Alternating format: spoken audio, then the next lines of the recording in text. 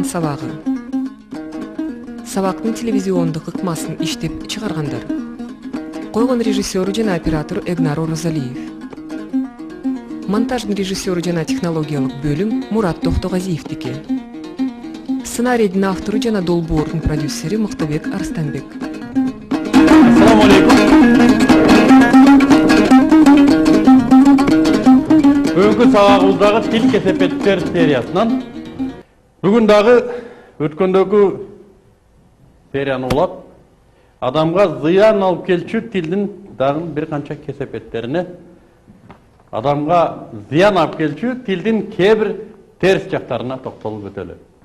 Өткөн жумада мен сиздерге келип сабак өтөм деп айттым. Убада бергем.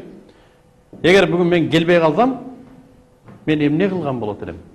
Муну убадага турбагандык дейт. Демек, менин убадага турбагандыгым Куранда айтылган. Келишимиңерге бек болгула дейт. Келишим деп эмнени айтабыз? Айтылган сөздү убаданы келишим дейт. Келишимге бек болбосок, демек күнөө Кудай Тааламдын айткан сөзүн кылбагандык болот. Умар ибн Абдуллах деген өткөн ислам тарыхында ошол өлөр алдында төшөктө жатып туугандарын айтып атат дейт.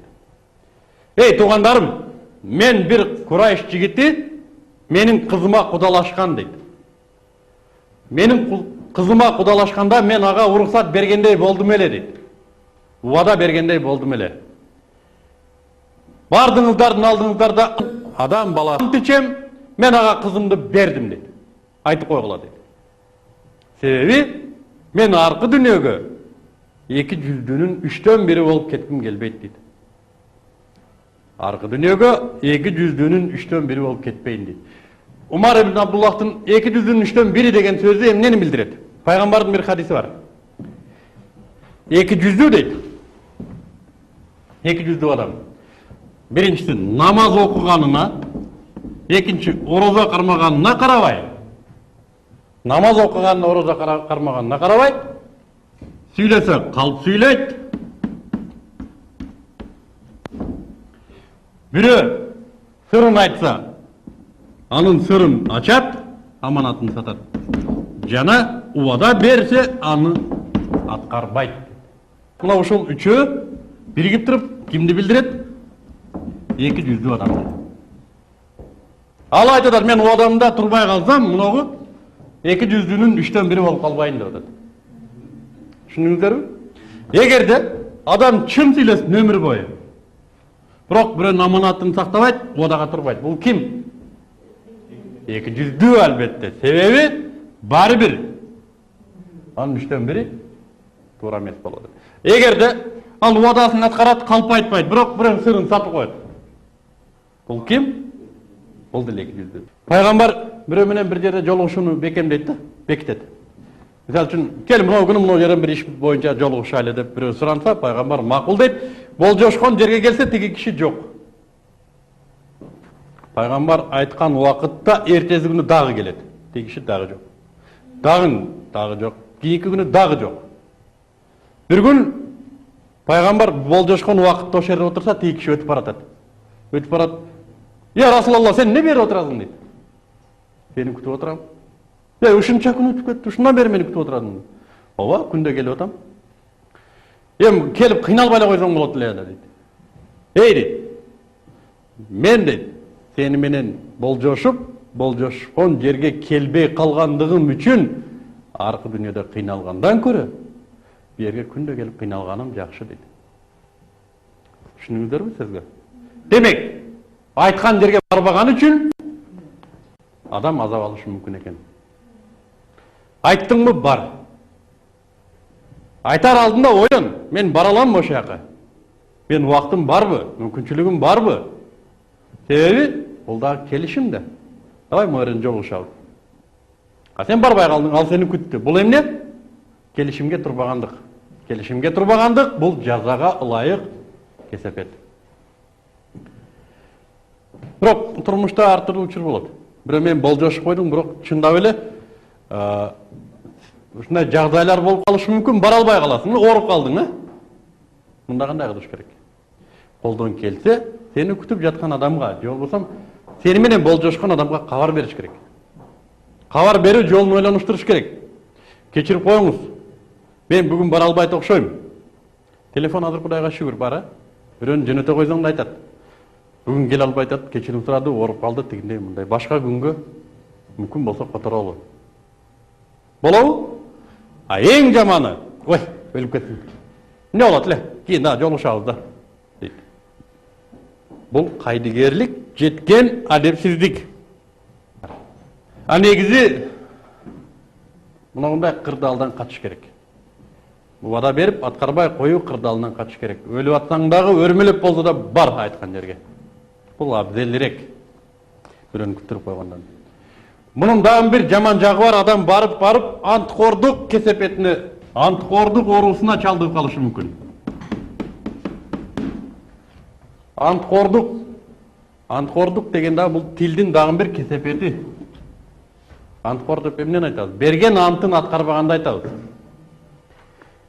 Мисалы, ант деген эмне? Кимдир бирөөгө кайсыдыр бир маалыматты далилдөө үчүн адамдар касам ичет. Мен муногу эшик менен карганамын дейт. Кээ бирлер нан кармап карганат, кээ бирлер атасынын арбагы менен мен атамдын арбагы урсун дегендер бар, ата бабаларыбыздын арбагы урсун эгер мен ушуну кылбасам дейт. Кээ бирлер мен балдарымдын каны урсун мен эгер ушуну кылбасам. Кээ бирлер нан кармап нан урсун эгер мен ушуну айткан болсом деп. Эмнеге аны айтат? Айтып аткан сөзүнө кепилдик табуу үчүн. Бул карганды го дейт да. Пайгамбар айтат: "Эч качан ата энеңиздердин аты менен карганбаңыздар" дейт. Адам ант ичүү керек бир гана кепилдикке өтө ала турган улуу заттын аты менен. Ал ким? Алда болсо Кудай. Бир гана Кудайдын аты менен ант ичүүгө уруксат бар. Эмнеге? Биз жана айткан биздин келишимде анын кепилдиги турат. Ант иштиңби? Антыңды Кудайга тапшырдың. Мына директор күбө дегендей нерсе. Эгер мен алдап кетсем, мына күбө дегендей. Мен ант берем. Аллахнын аты менен ант берем деш керек. Аллахнын аты менен ант ичем. Бирок муну ар дайым эле айта берүүгө мүмкүн эмес. Бул өзгөчө кырдаалдарда, өзгөчө ситуация болгондо гана карганууга уруксат берилет. Болбосо Кудайдын атын ар жерде сата бергенде туура эмес. Кээ бирлер жана өрүк саткан же күрүч сатканын көрсөң деле, мына таза күрүчпү десең деле, Аллаху таза күрүч бул дейт. Көнүп калганда Кудайдын аты менен ар бир килограммын карганып сатат. Бул да туура эмес. Аны жөн деле элге түшүндүрсөң болот. Байке, бул жакшы эле күрүч. Бул жакшы эле товар, бул жакшы эле мал. Колуңан келсе, Кудайдын атын сатпай түшүндүргөн аракет кыл. Ишендирген аракет кыл. Бирок кырдаал кыстап калса, каргануу муктаждыгы туулса, карган бирок Кудайдын аты менен. Бирок ошол карганууңду, антыңды аткарбай калсаң, кимсиң? Анткор. Анткор деген ошо берген антын аткарбаган кишини айтат. Билесиздер, сооп жана күнөө деген бар, Күнөө дагы адамда кирге окшойт. Кирди жуусаңыздар кетет го, самын менен, Күнөө дагы жуулса болот да. Күнөөнү да жууй турган самын бар. Бул самын тооба деп коет. Тооба. Туңуздар беле? Адам табигатында күнөө кылуу бар да, адам табигатында күнөө кылат. Билип билбей бирөө жөнүндө жаман айтып коюш мүмкүн, бирөө кылба деген, бирөөнүн чегин өтүп кетиш мүмкүн, бирөөнү мазактап койдуң, бирөөнү билбей калдың, андай мындай көп деми. Күнүмдүк турмушта күнөө кылынат. Бирок күнөө кылбаганга аракет кылыш керек. Но күнөө кылып койдуңбу? Аны кантип самындап жууйбуз? Тооба менен. Тооба самын катары күнөөнү жуулушун камсыз кылат. Качан гана 3 элемент ишке ашканда. Биринчиси, сен кылган күнөөңдү билүүң керек. Что туура эмес кылдың. Демек, билүү. Экинчиси, кайгыруу. Мен ушуну бекер кылып турмун. Мен ушуну бекер тарынтып турмун. Мен ушуну ушинтпей эле койсом болмок деп кейүү. Бул экинчи элемент. Жана үчүнчү элемент убада берүү. Ант берүү. Экинчи мен аны кылбайм деп. Мына ушу үчөөнү кылганда гана тооба кабыл болду дагы, күнөө кечирилди. Бұл Құдайдың өзінің уадасы. Тауба қылсаңыздар, мен күнәңіздерді кешірем дейді. Тауба эмне экен? Мына тауба. Ал эми кайра эле ошол күнөөңдү эртеси кыла турган болсаң эмне болосуң? Антыңды бузган киши болосуң. Анткор болосуң. Күнөөңдү жууган жоксуң. Күнөөң мойнуңда калды. Анын үстүнө дагы кошулду. Кандай күнөө кошулду? Анткор деген. Дагы бир сөздүн кесепети бар. Бул ашыкча сөздөр дейт. Бизде Кыргызда ашыкча сөздөр дегенди жөнөкөй эле тил менен айтайлык, тантык дегенди билесиңерби? Ашыкча сөздөр да тилдин кесепети. Себеби ашыкча сөздү сүйлөп үйрөнгөн адам, тантырап үйрөнгөн адам албетте күнөө кылат. Албетте бирөөнү жамандайт, бирөөнү маскаралайт, албетте бирөө жөнүндө жаман айтат. Жок эле дегенде калп сүйлөйт. Көп сүйлөп үйрөнгөн адам мына ушундай кесепеттерге кириптер болуусу ыктымал. Дагы бир тилдин кесепети бар, бул чагымчылык дейт. Дагы бир кесепет. Чагымчылыкты билесиздерби? Ушакчылык менен экөө окшоштугу бар. Ушакчылыкты биз айтканбыз, бирөөнүн жогунда ал жөнүндө жаман айтуу. Бейбатчылык. Ал эми чагымчылык эки тарапты уруштурууну чагымчылык дейт. Сени мына мынтип атат. Чыдап отурасың ушуга. Тыйята деди. Буга келтирип, мен тиге барып туруп сени мындай десем ал мындай деди. Сен эмне? Ушундайсың ба? Кандай мен андаймын? Жок, сен тиге эме кылып атпайбы? Кайра буга келтирип, мен тиге десем ал мынтип. Койчу, кантип чыдап тура. Экөөнү уруштуруп коюп, мен тамаша кылам. Экөөнү урушкан буга келип атат. Мен карасаң тигилер деп. Туурабы ушул? Албетте туура эмеспи. Чагымчылык эмнеси менен коркунучтуу? Чагымчылык жайылса, коомдо тынчтык болбойт. Туурабы? Ал чагымчы эртең барып бул экөөнү чагылдырат, чагыштырат, эртең тиги экөөнү, бирси күнү бул экөөнү, анын бирси күнү бул көчө менен бул көчөнү, анын бирси күнү бул мамлекет менен бул мамлекетти. Демек биздин үйдөн тынчтык кетет. Биздин негизги максатыбыз эмнеде? Түшүнгөн адамга. Биздин максатыбыз тынчтык. Биз тынч жашаганды жакшы көрөбүз. Достукта, бакубаттуулукта, берекелүү жашоодо. А бир чагымчы келди да биздин үйдү тиги кошуна менен чагыштырып салды. Демек, мунун коомдук коркунучу тынчтыктын кетирүүсүндө. Дагы бир тилдин алып келген дагы бир кесепети бар. Буга өткөн сабакта бир аз токтолдук эле. Мында да бир аз токтололу. Бул ырлар дейт. Ырлардын дагы кесепети бар. Мисалы, пародияларды айталы. Мына өткөндө айттык, маскаралоо дедик, э? Ыр аркылуу кимдир бирөөнү маскаралоо, пародиялоо. Бул деген сөз эми ырды такыр четке как деген эмес. Адамды тарбиялаган, жакшылыкка жакшы адатка үндөгөн сөздөр ыр аркылуу кулакка жагымдуу. Дагы бир биздин көңүл бура турган жагдайыбыз тилге. Туура мааниде сүйлөө. Биз күнүмдүк турмушта сүйлөй беребиз, бирок сүйлөп аткан сөзүбүздүн маани өзүбүз көңүл бербей калабыз. Көңүл бурбай калабыз. Ата-энелерибиз сүйлөгөн сөздөрдү деле сүйлөп кое беребиз, анын маанисин түшүнбөйбүз. Мисалы, көрүп деле жүрөсүздөр, дасторкондо отурганда бата кылат го. Кандай кылып бата кылат?